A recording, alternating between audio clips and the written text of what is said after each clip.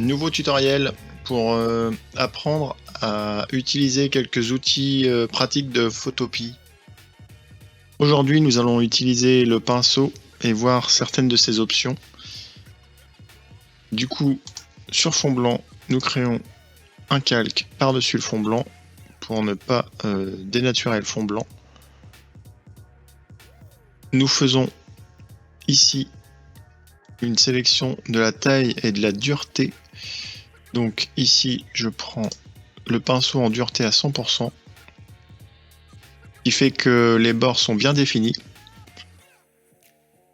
Et si je sélectionne une dureté à 50% et que je fais le même trait, nous avons des contours nettement plus doux sur le bord de notre pinceau.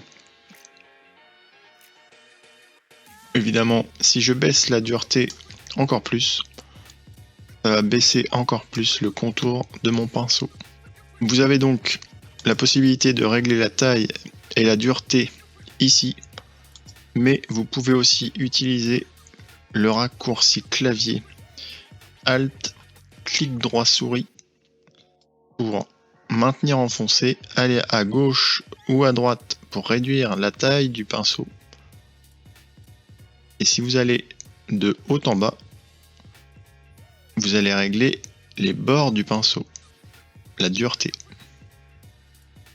Une fois que vous avez sélectionné la dureté et votre diamètre, vous pouvez relâcher la touche Alt et votre pinceau sera à la dureté et à la taille sélectionnée.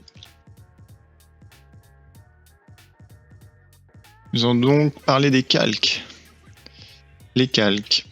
Si vous peignez sur votre fond blanc avec un pinceau et que vous utilisez la touche de déplacement, vous allez déplacer le fond blanc ainsi que la barre que vous venez de peindre.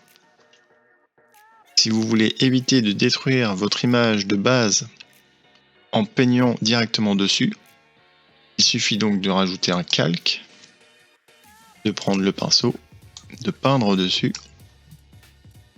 et quand vous allez déplacer, soit vous déplacez le calque avec le trait, soit sélectionnez le fond blanc et vous ne déplacez que le fond blanc.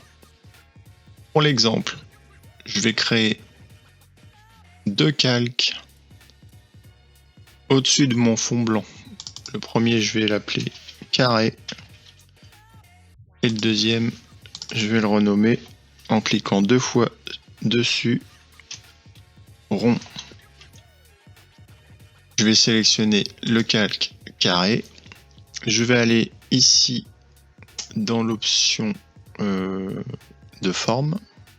Je vais créer un rectangle. En appuyant sur la touche majuscule, il formera automatiquement un carré.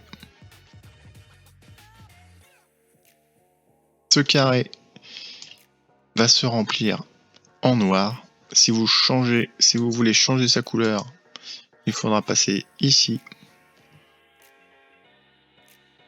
Ensuite, je vais sélectionner le calque rond. Je vais ici, je vais choisir ellipse. Et je vais me mettre là, faire un rond. Vous voyez ici, il est ovale. Si j'appuie sur la touche majuscule de mon clavier, il passe en rond automatiquement. Pareil, si vous voulez changer la couleur et le passer en vert, vous cliquez ici. Comme vous pouvez le voir, le rond passe au-dessus du carré et le carré est au-dessus du fond blanc, comme indiqué dans l'ordre des calques. Si vous voulez que le carré passe au-dessus du rond, il suffira de sélectionner le carré, de rester cliqué enfoncé et de passer le calque par-dessus. Et le carré passera au-dessus du rond, qui sera au-dessus du fond blanc.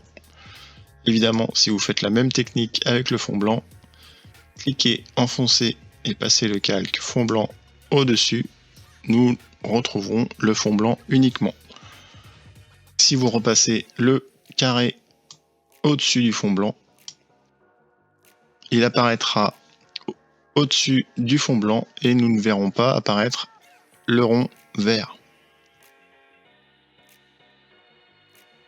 Si vous voulez remettre tout en place, il suffit de cliquer, glisser et de déplacer les calques à votre guise.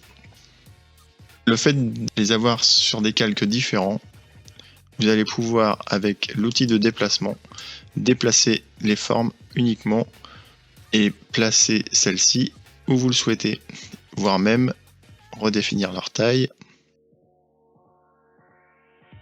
Pour l'outil de déplacement, si vous sélectionnez le calque rond, il va le sélectionner automatiquement, et si vous sélectionnez dans le blanc, il va sélectionner automatiquement le blanc.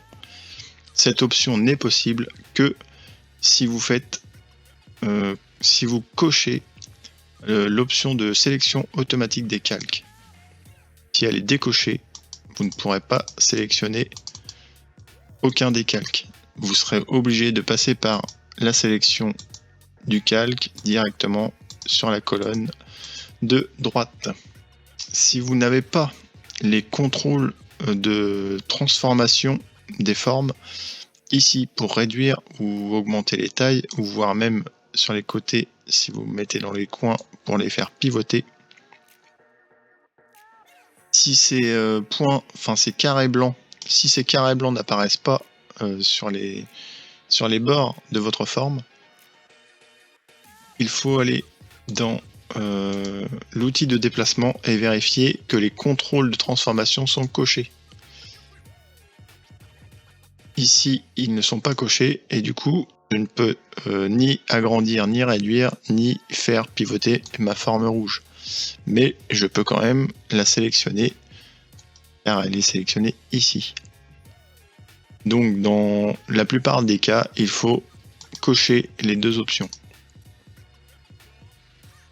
Voilà ce qu'il en était pour les calques, le pinceau et l'outil de déplacement. J'espère que ce tutoriel vous aura été utile et je vous dis à bientôt.